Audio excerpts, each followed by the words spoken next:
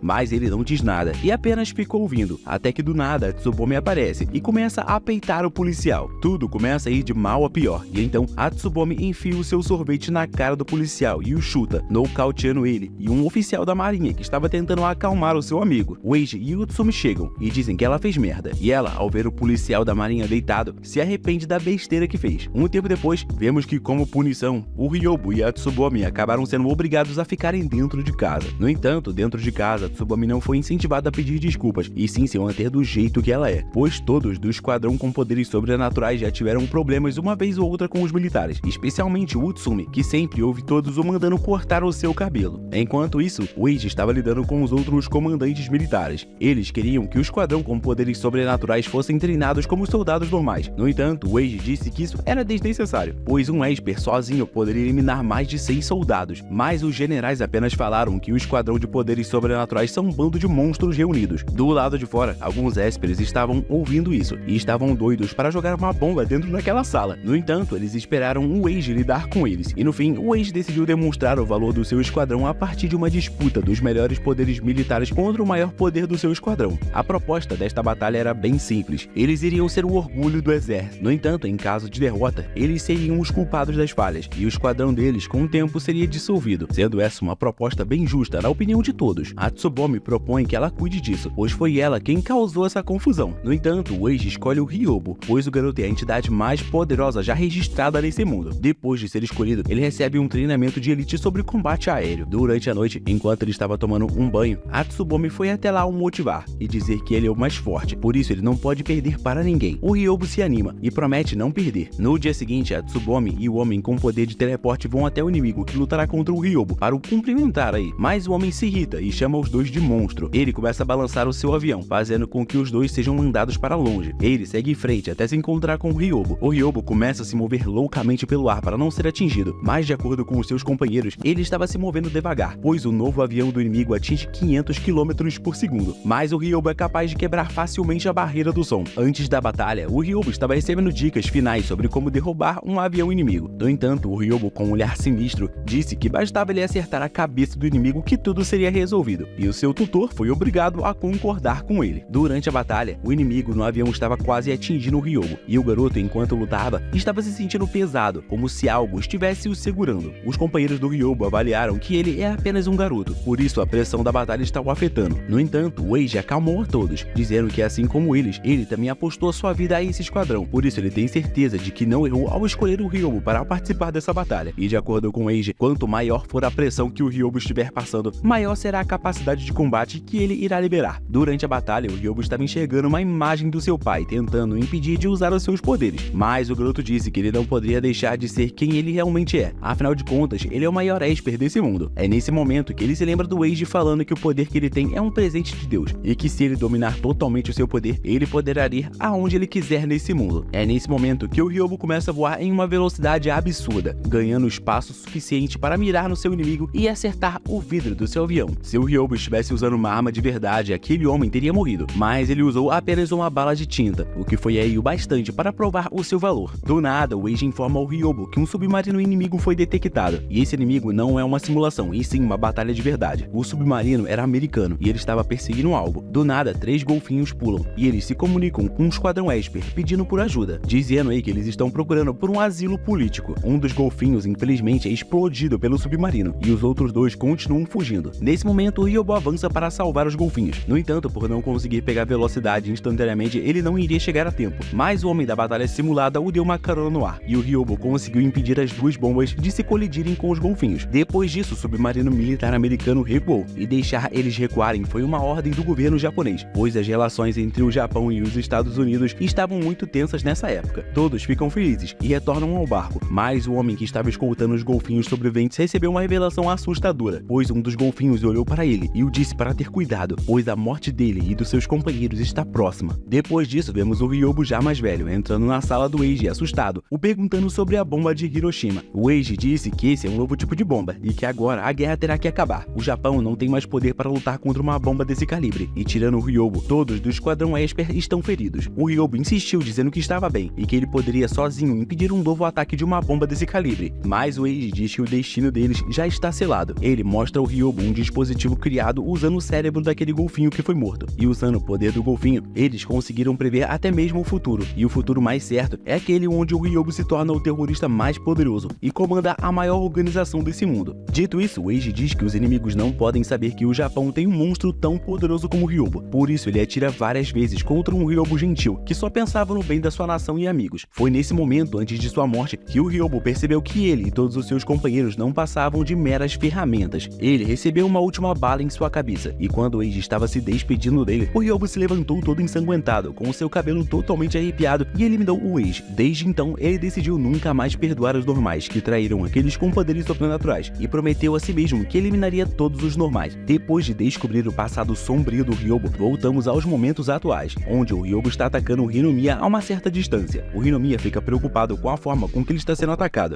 e o Ryobo diz que é muito fácil lidar com o Hinomiya, pois ele só anula os poderes, mas não altera as leis da física. Logo, um objeto lançado contra ele não perde o movimento criado por um poder paranormal. O Hinomiya puxa uma arma, e o Ryobo fica esperando ele atirar, mas o Hinomiya diz que a sua missão é apenas revelar a posição da catástrofe vulnerável, para que o seu comandante pegue a Itália 8. Dito isso, ele arremessa sua arma no Ryobo, e usa o seu poder no Itália 8, cancelando o poder de ocultar a catástrofe. Nesse exato momento, a catástrofe aparece no radar dos militares americanos, e então todo o exército americano acaba cercando a catástrofe, e passam as suas mensagens. Essa voz que diz isso e essa fala irrita o Ryobo, por isso mesmo estando com o seu poder limitado, a sua aura roxa começa a vazar. Sua irritação foi tanta que ele partiu para o ataque, e o Hinomiya ficou sem entender o porquê dos militares americanos estarem atacando a catástrofe. Lá em cima, o Ryobo vê um mar de inimigos, e todos não passam de naves não tripuladas. Ele se foca em destruir todos, e enquanto isso acontecia, vários soldados estavam descendo na catástrofe. Seus objetivos eram mais que claros: destruir a embarcação, capturar todos os Espers, especialmente a Itália 8. Para piorar a situação, quem tentava lutar tinha o seu poder cancelado por vários soldados usando ondas que bloqueavam os poderes paranormais. Do outro lado da tela, o Mag, a Momichi e o Fujiura ainda estavam lutando contra a Babel, até que do nada eles recebem a mensagem de que a catástrofe está sendo tomada pelo governo americano. A Babel vem tentando capturar a catástrofe para evitar que isso acontecesse, mas agora é tarde demais. Para piorar a situação, a Babel não pode fazer nada contra o governo americano. Então o máximo que o Minamoto pode fazer é deixar os 3 soldados mais poderosos do Ryobo retornarem. Voltando à catástrofe, eles se deparam com vários soldados,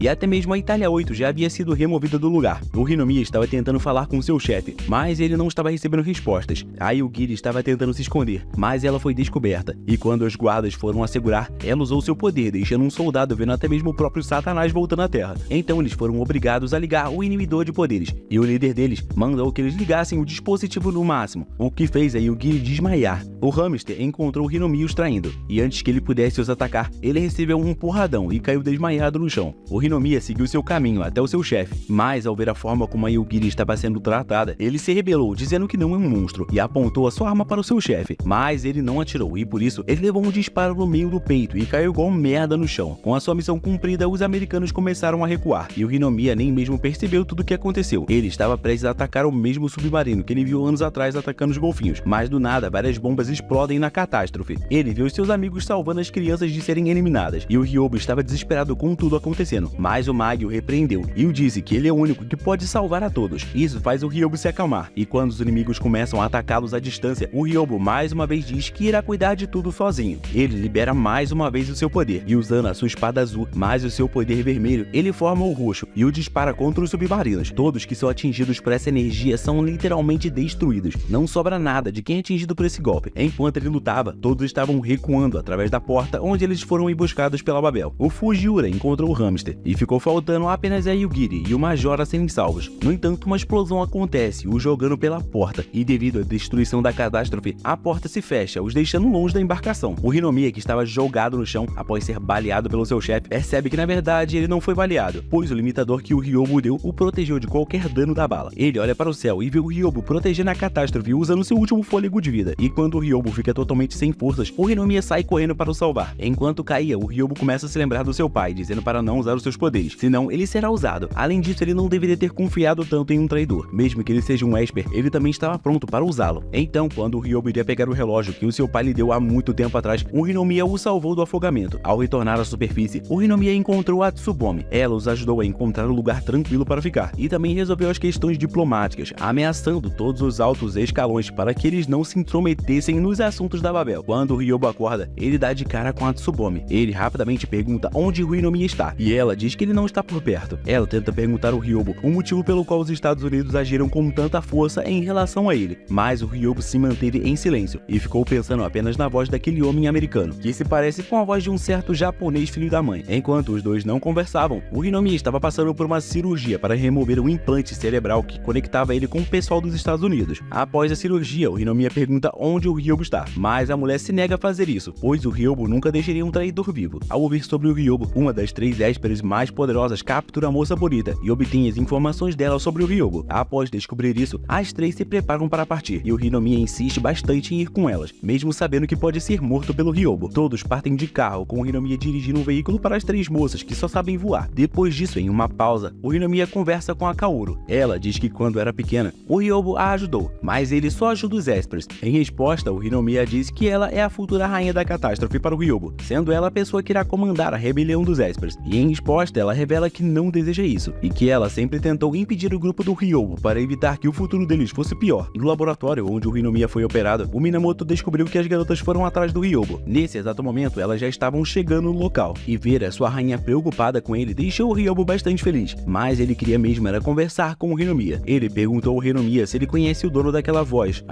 lá que falou durante o ataque da catástrofe. O Hinomiya diz que sim, e afirma que só viu o dono daquela voz uma única vez. O dono da voz foi o homem que o recrutou para ser um espião. Ele estava em uma cadeira de rodas, e era um japonês, assim como o Ryobo. Isso irrita o Ryobo, pois aquele homem é o mesmo que o manipulou e o matou. Durante o seu excesso de raiva, ele acaba desmaiando devido ao seu corpo ainda estar fraco. Pelo visto, de acordo com o que o Sasaki viu, o Ryobo já está praticamente morto. No entanto, existe uma maneira de salvá-lo, mas a sua eficácia não é garantida. Depois que o Ryobo é levado, o Hinomiya conversa com a Tsubome, e ela revela que o Ryobo já morreu uma vez e voltou à vida somente para se vingar dos normais. Ela revelou ter fugido na época e ter se unido a uma Babel composta por aqueles que mataram seus amigos. Felizmente, nessa época, o Ryobo eliminou todos e deu a ela uma chance de criar uma Babel limpa de pessoas ruins. Um tempo depois, o Sasaki usa um tratamento usando células da Kaoru no Ryobo. No entanto, depois de um tempo sendo tratado, o Ryobo acorda e parte para se vingar. Todos vão atrás dele, e a Kaoru o encontra. Ela tenta o convencer de não partir agora, pois o seu corpo não irá aguentar, mas o Ryobo agradece pela preocupação e diz que se ele não partir agora mesmo, ele não será mais ele mesmo. Isso deixa a Kaoru triste, pois ele está abandonando a sua vida e seu futuro em prol do passado, e nem mesmo deseja esperar que a Babel o ajude. O Hinomiya vê tudo isso acontecer, e quando ele chega perto do Minamoto, o Minamoto pede para o Hinomiya ajudar o Ryobo, e o Hinomiya aceita fazer isso. Enquanto isso, o Eiji, aquele cara lá que matou o Ryobo, estava vendo aí a previsão do futuro no Itália 8, e nele, a rainha seria a futura líder da rebelião dos Espers, e por conta disso, o Eiji estava ali, apenas esperando o Ryobo ir até ele, pois o Eiji acredita que o único que pode usar os poderes do Ryobo é ele, manipulando aí o Ryobo. Maluco. De volta ao Ryobo, ele estava andando sozinho, até que do nada o Hinomiya apareceu de carro e disse que ele precisava se vingar e resgatar a Yugiri. Então o Ryobo, mesmo sentindo nojo do Hinomiya, entrou no carro e o mandou acelerar. A cena então corta e vemos o antigo chefe do Hinomiya chegando em casa e dando de cara com o Ryobo, e o Hinomiya aparecendo logo atrás dele. O homem tenta roubar a arma do Hinomiya e se matar, mas o Ryobo segura a bala e diz que ele só pode morrer depois que os mostrar onde a Yugiri está. Eles vão até um departamento de pesquisas do governo, e durante o caminho, o homem revela que os Esperes serão controlados pelos humanos. A Yugiri era um desses experimentos, mas devido a ela ser um monstro bizarro, ela fugiu e deixou todos os pesquisadores em um estado grave. Ele segue até onde a Yugiri deveria estar, mas ela já não está mais ali, e do nada, o Eiji se comunica com o Ryobo, e até mesmo mostra imagens da Kaoru causando caos na sociedade. Por isso, o novo alvo do Eiji é aquela garota. Isso irrita o Ryobo, e do nada, eles são atacados por drones, mas o Hinomiya age rápido e destrói os dispositivos que anulam o poder do Ryobo, e assim ele consegue se proteger e salvar o Hinomiya dos tiros. O antigo chefe do Hinomiya morre por conta dos disparos, e o cara morreu com um sorriso bizarro no seu rosto. Pelo menos morreu feliz, né? E os nossos personagens principais